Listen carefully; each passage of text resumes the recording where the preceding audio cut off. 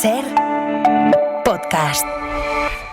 ¿Qué tal? Soy Jordi Fábrega y escuchas Hora 25 de los negocios. Hoy hablamos del repunte en los accidentes laborales en 2024. Que en el 36% de los partes de accidente de trabajo con baja en jornada se indique la falta de evaluación del riesgo en el puesto en el que ocurrió el accidente, es un dato demoledor. Es la denuncia de Comisiones Obreras de su secretario general, Unai Sordo, sobre el incremento de los accidentes laborales en España durante 2024. 796 trabajadores murieron el año pasado en accidentes laborales. Estamos hablando de más de 2 trabajadores muertos cada día.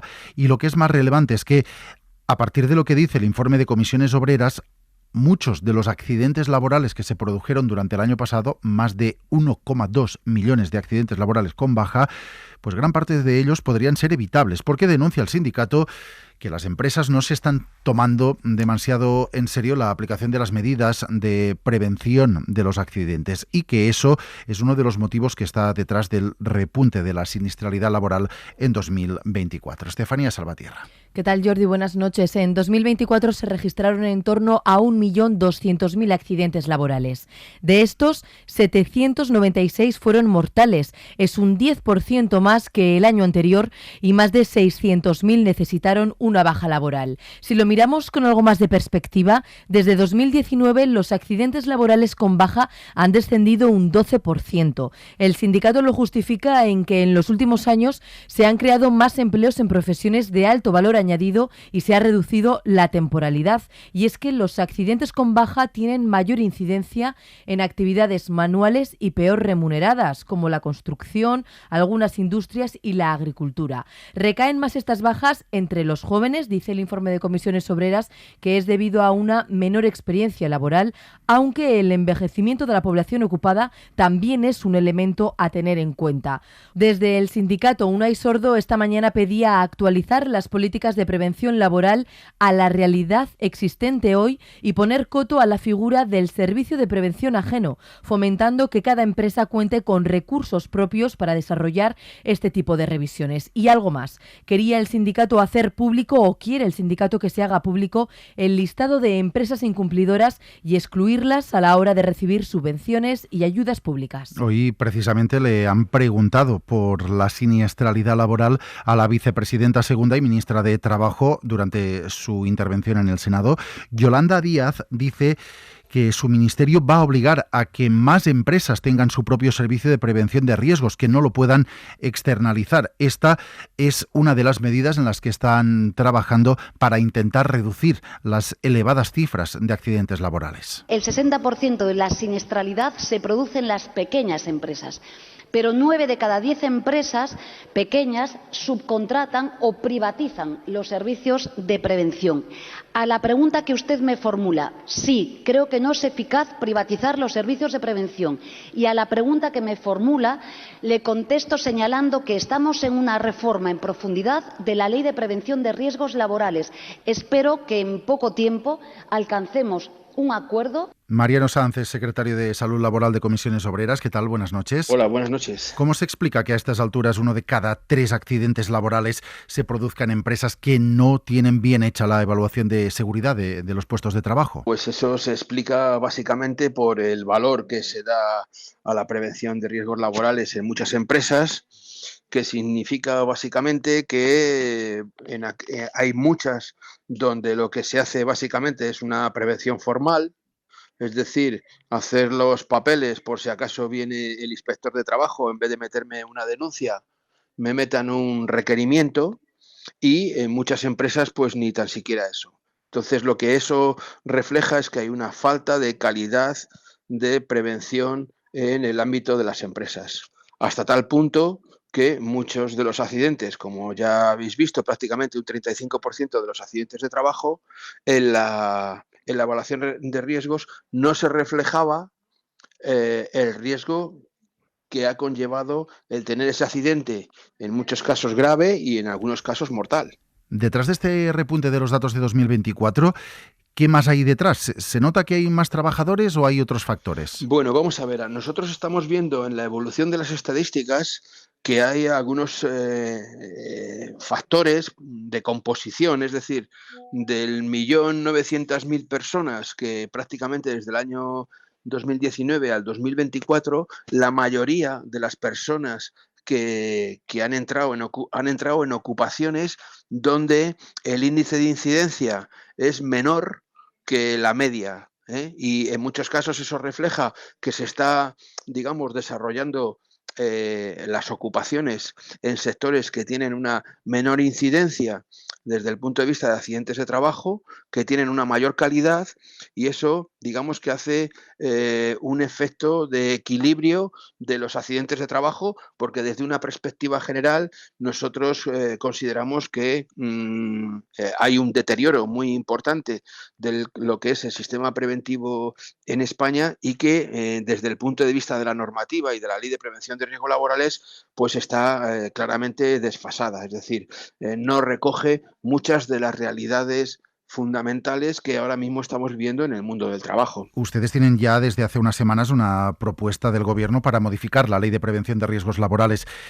¿Qué les parece? ¿Va en la línea de lo que ustedes quieren? Bueno, llevamos prácticamente 15 meses de negociación para la modificación de la Ley de Prevención de Riesgos Laborales y del Reglamento de los Servicios de Prevención. Por primera vez en la última reunión tuvimos un texto consolidado de toda la ley. Nosotros consideramos que hemos considerado avances, sobre todo relacionados con los temas del género, sobre todo relacionados con la importancia de las evaluaciones de riesgos psicosociales, porque no podemos perder de vista que prácticamente un 40% de los accidentes mortales se producen por cuestiones, digamos, no traumáticas, que se denominan así, que son ictus, derrames cerebrales, infartos de miocardio, etcétera, que son aspectos que no se evalúan dentro del ámbito laboral y con lo cual no se tiene ninguna consideración, ¿no? Entonces, en ese sentido, nosotros creemos que el borrador del proyecto de modificación de ley va por buen camino. Consideramos que los ritmos y los tiempos que se está desarrollando son absolutamente insuficientes. Creemos que este problema, que además determinamos que es el principal problema socioeconómico que tenemos en nuestro país, pues no se está actuando con la celeridad posible, pero sin embargo consideramos que todavía hay aspectos que se tienen que desarrollar. Por ejemplo, lo que es la integración de la prevención, es decir, nosotros consideramos que en todas las empresas tiene que haber una persona que sea la encargada de coordinar, digamos, lo que es la prevención de riesgos y que además pues tenga también una coordinación con los servicios de prevención de riesgos laborales, que mayoritariamente estos servicios son los que prestan las labores de evaluación de riesgos y son los que elaboran los planes de prevención. Entonces, en ese sentido, si en muchas empresas no existen personas que coordinan la prevención, lo que se está produciendo, digamos, es un abandono del seguimiento de la prevención de riesgos laborales en las empresas. Entre las propuestas que han sacado ustedes hoy a la luz está la de vincular el recibir subvenciones y contratos públicos con el cumplimiento de la Ley de Prevención de Riesgos. Es decir, que quien no cumpla esta ley no pueda recibir dinero o no pueda recibir encargos públicos, como ocurre, por ejemplo, en otros ámbitos. ¿Esto serviría? Hombre, para nosotros nos parece que sería un elemento bastante disuasorio con respecto a muchas empresas que sistemáticamente no cumplen la Ley de Prevención de Riesgos Laborales, que han tenido incumplimientos graves o muy graves de la normativa de prevención de riesgos laborales, y nosotros consideramos que hay que establecer un mecanismo que garantice y que en algunos casos impida su contratación, sobre todo por las administraciones públicas, y desde luego reciban subvenciones. Es decir, el desarrollo de las empresas no puede obviar sus obligaciones en materia de prevención de riesgos laborales, ni podemos estar siempre significando que el principal problema es que cuesta dinero. Claro, y cuando yo tengo una empresa de transporte, el combustible también cuesta dinero, pero es un elemento absolutamente clave y esencial para poder desarrollar nuestra actividad. Entonces, en ese sentido, lo que queremos es que haya una mayor implicación y aquellas empresas que no cumplen con las normas, que en ese caso lo que están haciendo es una competencia desleal,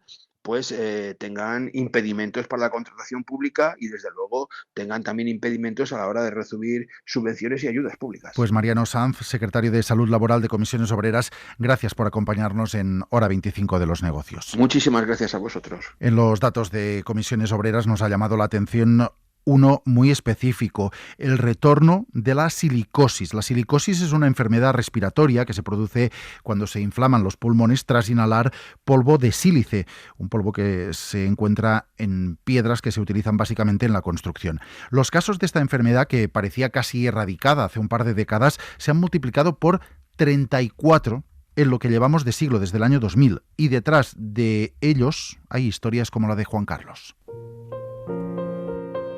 Juan Carlos tenía 27 años cuando llegó el diagnóstico. Sí, a mí ya directamente me diagnosticaron silicosis crónica complicada y aquello no se paraba. Como no se paraba, me derivaron a trasplante. Le trasplantaron los 2 pulmones. Era incapaz de subir los 3 peldaños de acceso a su casa y necesitaba oxígeno cuando salía de la ducha. Juan Carlos vive en Montemayor, un municipio cordobés de 3.800 habitantes, considerado la zona cero de la silicosis. Hay más de un centenar de afectados. La industria manufacturera y las extractivas son las que registran más enfermedades profesionales relacionadas con este polvo de sílice cristalina, presente en materiales como el mármol y el granito. Nosotros trabajábamos en una nube de polvo. Yo he llegado a estar en una empresa en que hasta que no estaba a medio metro de mi compañero yo no lo veía del polvo que había. Juan Carlos comenzó a trabajar a los 16 años, cuando este tipo de empresas proliferaban allá por 2003.